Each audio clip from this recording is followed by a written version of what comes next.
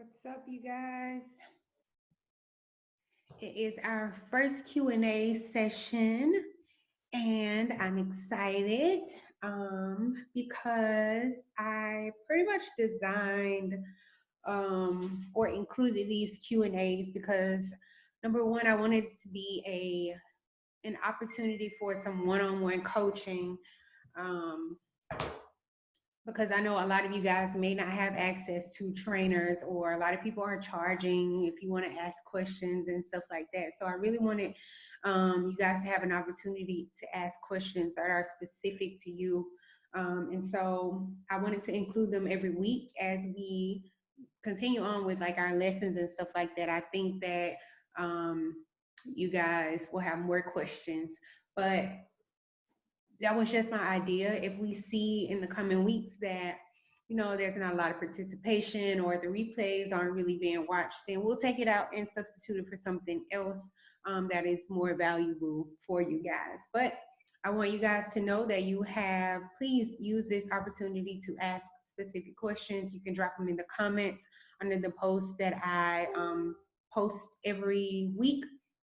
And then you can also ask as we're doing like the different, you know what I'm saying? Like while we're in session, you can also ask questions. All you have to do is type your questions into the chat, and I'll see them, and we'll be good to go.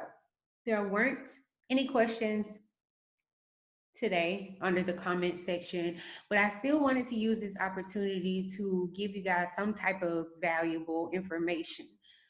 We have our first live lesson coming up on Sunday, and so what I did was I looked in the intake questions, the questions that you guys answered when you first joined the group, just to kind of see what were some of the struggles that you guys had. And I saw a lot of them are things that we're going to be covering in the live lesson. So please make sure you guys join in on those, because I think they're going to be very valuable for you guys.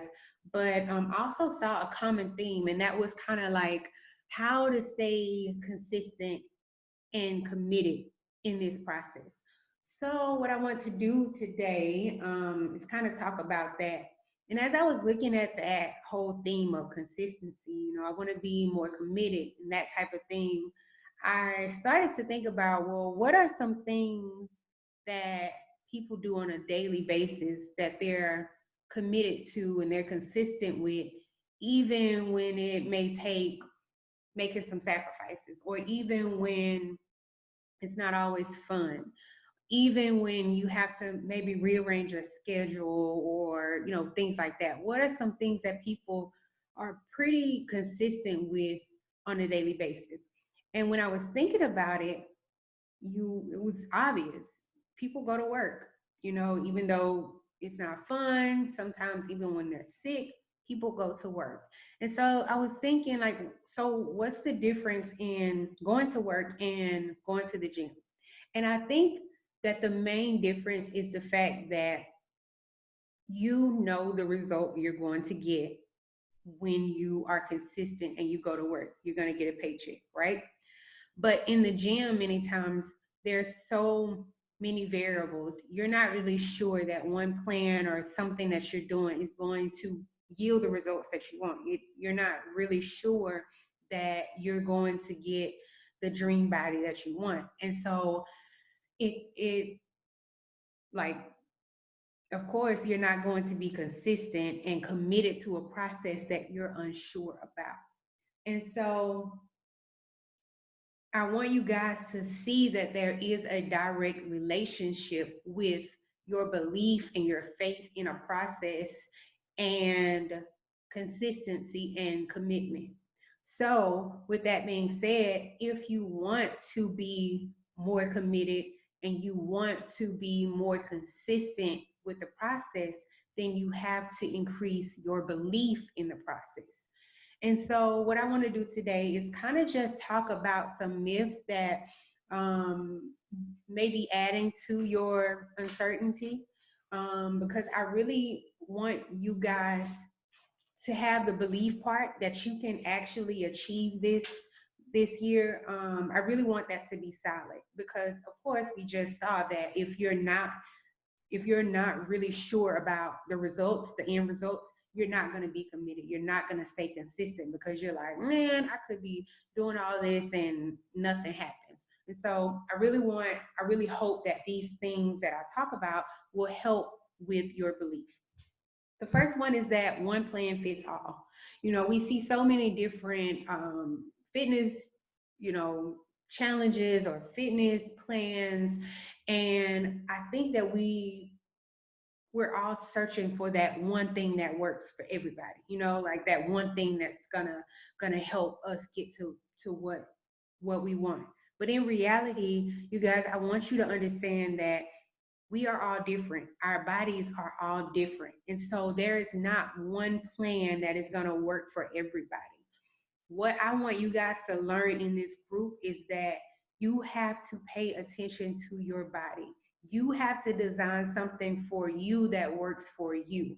There's a lot of things that I may do that may just not work for you. But you can't be discouraged because it didn't work. You have to find what works for you. And the way you do that is paying attention to your body, being aware of what your body likes and what you like. For example, I'll give an example of, I'm vegan. I don't eat meat.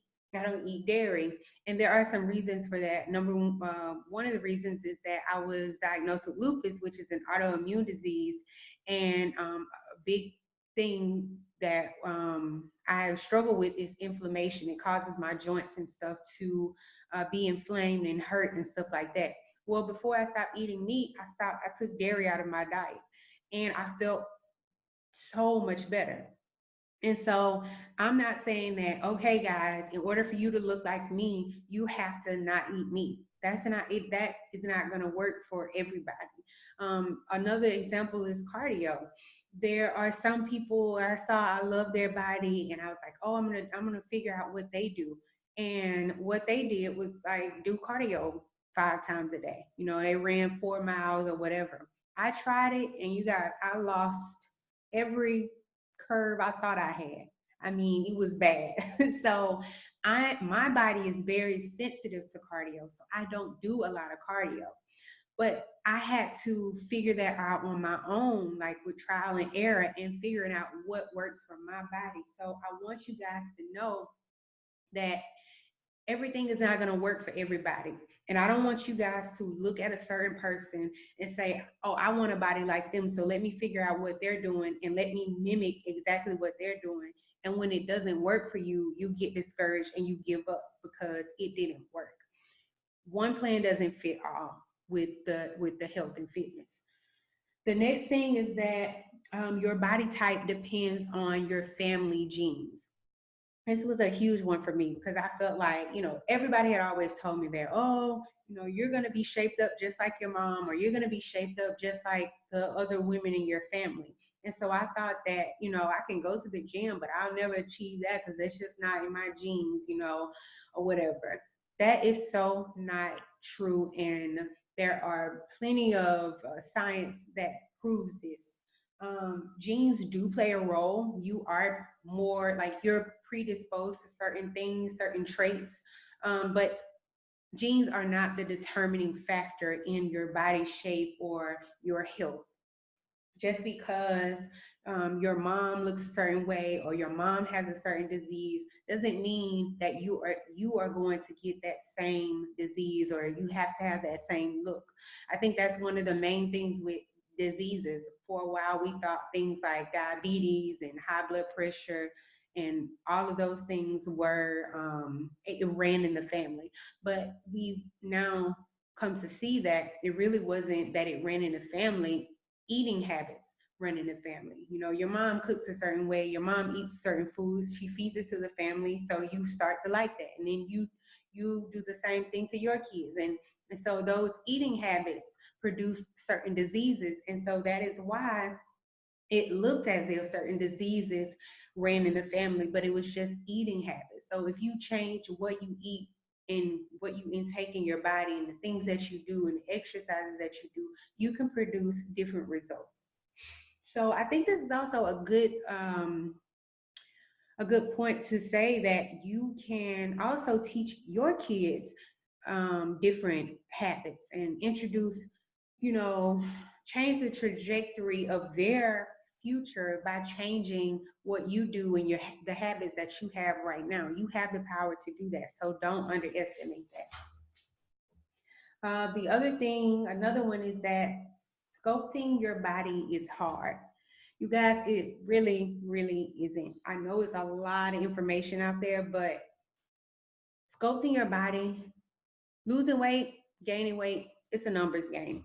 You want to lose weight, you eat less calories than you burn. Um, if you want to gain weight, you eat more calories than you're burning. That's easy. We can manipulate the numbers on a scale easy. Your body is also a big muscle. You can train your body. You can train certain muscles to be bigger or to be smaller.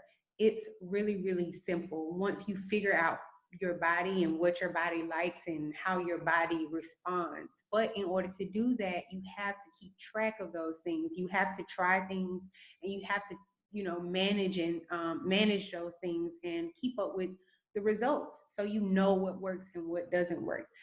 In essence, you have to be super aware of your body. And that's what I want to teach you guys. So your body is easy if you're paying your body is easy to change if you're paying attention to it. And when I say body, I'm also including the brain. You can train your brain to think a different way, to believe a different way, to learn to like certain things. You can change your brain. It's neuroplastic, and that means it has the ability to change, but you have to take the time to train it. Another thing is that you're fine the way you are. There may be no need to exercise or to eat healthy because I like my body. I don't need to, but I want you guys to know that exercising and eating clean and eating healthy and having this lifestyle has so many more benefits than just changing the way you look. You can learn so much discipline. You can have a clearer mind. You can, pass on good habits to others. Like, there are so many benefits. So eating and exercising can prolong your life. It can, keep you, rid you of any diseases or being prone to diseases. So just adopting a healthy lifestyle has so many more benefits than just changing the way you look. So even if you like the way you look, you should still adopt a healthy lifestyle. And the last one that I have on here is that exercise is a main factor in health and fitness. And I say this because a lot of people think that, maybe you have certain body limitations or illnesses and you can't get in the gym and work out, or you don't have the time to go to the gym 5 days a week. So instead of you doing something, you do nothing. Exercise, really, the whole fitness thing is really 80-20. 80% of eating, 20% exercise. I know people who have lost weight without exercising. They just change what they're eating and they can lose weight. So don't think that exercise alone can give you the results that you want. You can't out train bad eating. So it's the same, it goes both ways. You can't just exercise and think you're going to be okay and you don't have to do the other part. Even if you can't exercise, you can still get results. And changing the way you eat can help you not be so limited in exercise. So don't think that just because you can't do the exercise part, then you should just do nothing, because it's primarily what you intake that's gonna really be the main factor in the results that you get. So I hope that I covered the bulk of some of the things that may be causing you not to believe in the process or really, really believe that you can actually achieve your results. But if I have not, think about what are the reasons why you don't fully believe in the process. Is it lack of knowledge? Um, is it, it could be a lot of things.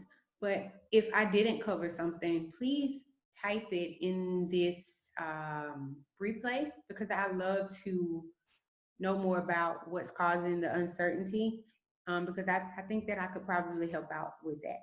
So this is all I have for you guys today.